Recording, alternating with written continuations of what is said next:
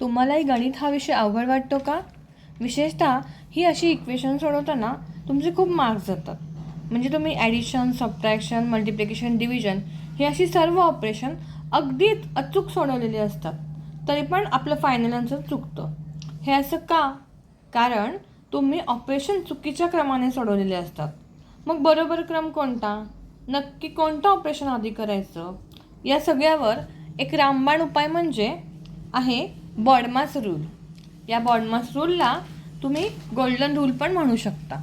आधी आपण या बॉडमास रूलची माहिती करून घेऊ आणि मग हे इक्वेशन अगदी सोप्या पद्धतीने शिकूया.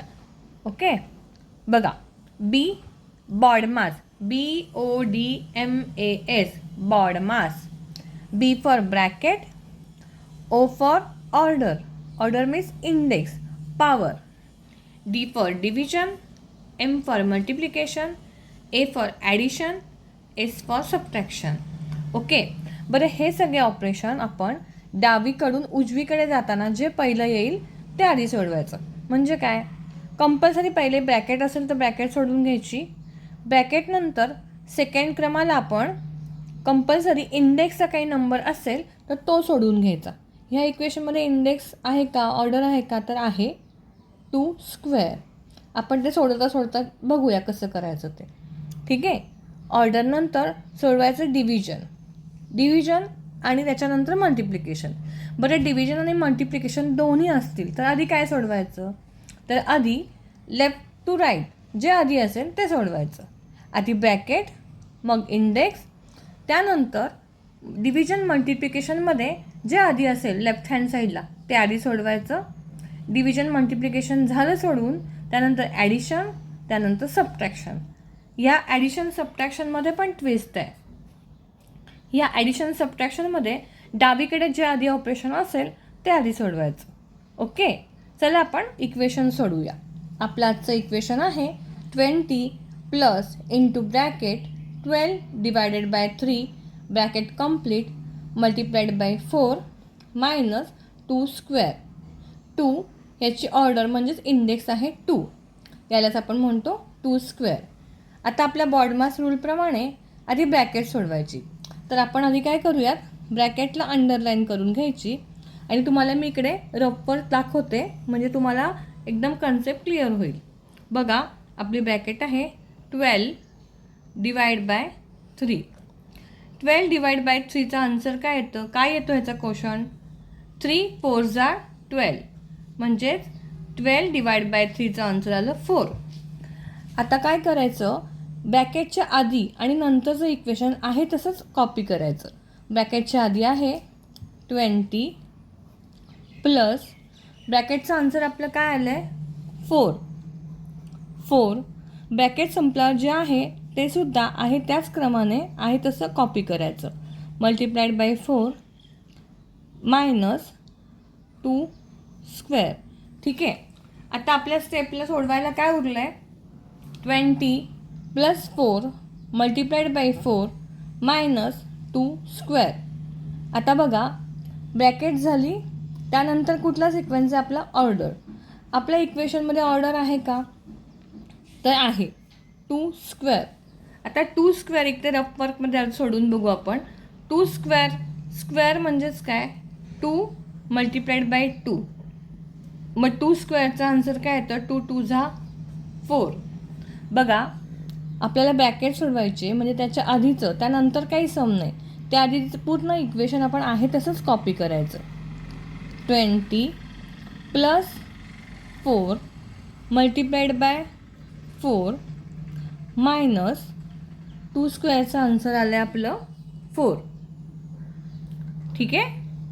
आता आपल्या ऑर्डरमध्ये ओ नंतर काय आहे? डिव्हिजन तर आपली ब्रॅकेटमध्ये झालेलीच आहे, म्हणजे डिव्हिजन नाही आहे आपल्या ह्याच्यामध्ये उरलेली. आता त्यानंतर आहे मल्टिप्लिकेशन आहे का आपल्या इक्वेशनमध्ये?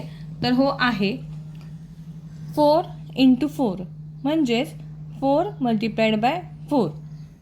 4 4 झार किती येतात? 16. हे आपण रफ वर्क केलं. आता बघा, 4 4 जारच्या आधी आहे प्लस 20, म्हणजे 20 प्लस ह्या 4 4 जारचं आन्सर आलं 16च्या नंतर 4 4 नंतर आहे -4, ते आहे तसे कॉपी केले. 20 + 16 - 4. आता आपल्याला मल्टिप्लिकेशन झालं आपलं. आता आपल्या ऑर्डरमध्ये आहे ॲडिशन. तर मग आपण आधी ॲडिशन करूया. 20 + 16, त्याचं आन्सर आलं 36. मुलांनो, हे सगळं रफ वर्क आहे. हे तुम्ही केलं तरी चालेल, नाही केलं तरी चालेल. मी तुम्हाला समजण्यासाठी रफ वर्क करून दाखवलेलं आहे. बघा, 20 + 16 आधी अंडरलाईन करायची. त्यानंतर 20 + 16चं आन्सर आलं 36. काय उरले आता? -4. 36 - 4 काय येईल आन्सर? 32. म्हणजेच 20 plus into bracket 12 divide by 3 bracket complete multiplied by 4 minus 2 square ह्या इक्वेशनचं आन्सर आलं आपलं 32. तुमच्या लक्षात आलंच असेल, गणित हा विषय अवघड नाही आहे, पण रूल माहिती नसेल तर खरंच गणित हा विषय अवघड होऊन जातो. तर आज आपण शिकलो आहेत बॉडमास रूलप्रमाणे इक्वेशन कसे सोडवायचे. मला असं वाटते तुम्हाला तुमच्या डोक्यातल्या शंका कुशंका सगळ्या क्लिअर झाल्या असतील आणि गणिताशी एकदम गट्टी होऊन गेली असेल. अशा छान ट्रिक्ससाठी गणितातील आपल्या चॅनलला फॉलो करा आणि आपल्या व्हिडिओला लाईक करा, शेअर करा. थँक्यू. मित्रांनो, चला आपण अजून एक इक्वेशन बॉडमासचा रूल वापरून आणि बॉडमासचा रूल न वापरता सोडून बघूया. म्हणजे तुमच्या लक्षात येईल की बॉडमासचा रूल वापरलं नाही तर कसं उदाहरण चुकू शकतं आणि चुकतं. तर पहिलं उदाहरण आहे आपलं 4 - 4 मल्टिप्लाइड बाय 4 -4. परीक्षेमध्ये असे सेम अंक असणारे, सेम नंबर असणारे एक्झाम्पल मुद्दामून देतात की मुलं गडबडून जातील. एक तर चिन्हांचा गोळ असतोच मुलांच्या डोक्यात, त्यात कुठलं ऑपरेशन आधी करायचं आणि त्यात सेम नंबर.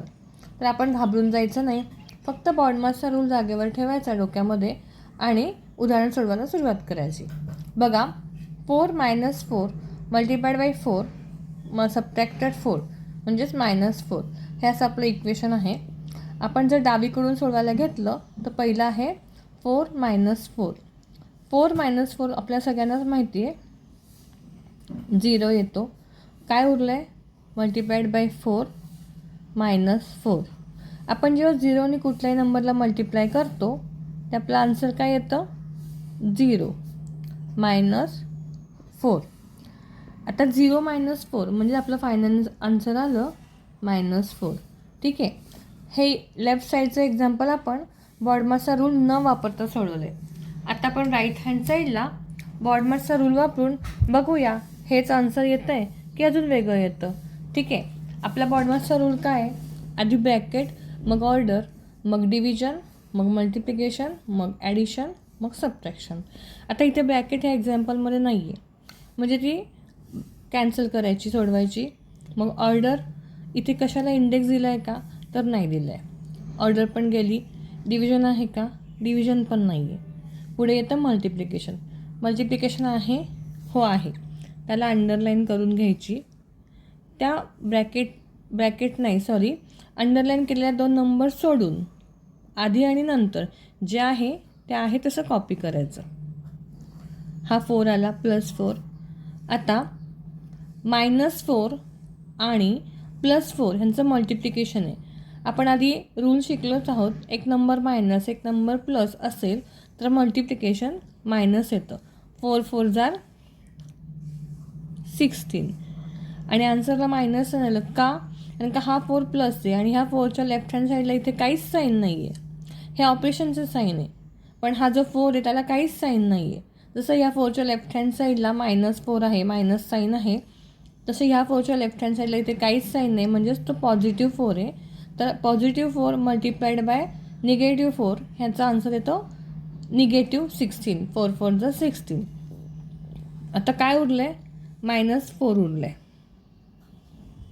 ठीक आहे.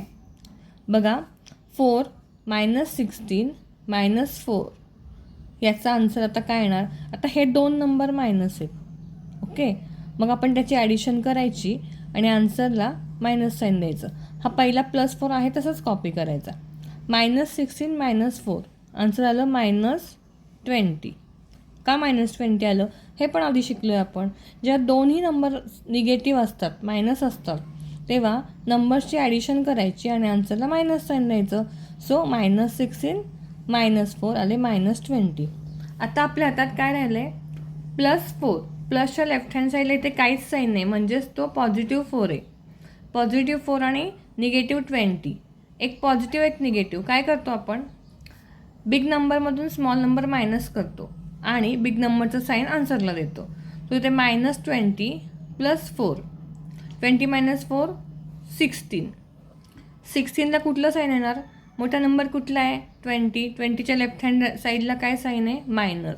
त्यामुळे ह्या इक्वेशनचं आन्सर आलं आपलं -16. बघा, 4 -4 मल्टिप्लाइड बाय 4 -4 या इक्वेशनचं आन्सर आलं. बरोबर आन्सर आलं आहे. काय आलं बरोबर आन्सर आपलं? -16. -4 हे चुकीचं उत्तर आहे. ठीक आहे. बघा, आजच्या आपण आपल्या सिरीजमध्ये सगळे बॉडमासचे रूल शिकलेलो आहोत. कुठलं इक्वेशन आधी करायचं, ते ऑपरेशन नसेल तर काय करायचं, कुठलं साईन द्यायचं, हे सगळ्या कन्सेप्ट क्लिअर केल्यात. तरी तुमच्या डोक्यात काही क्वेरी असेल तर प्लीज मला कमेंट करा. मी तुम्हाला पर्सनली गाईड करेन. ठीक आहे. थँक्यू.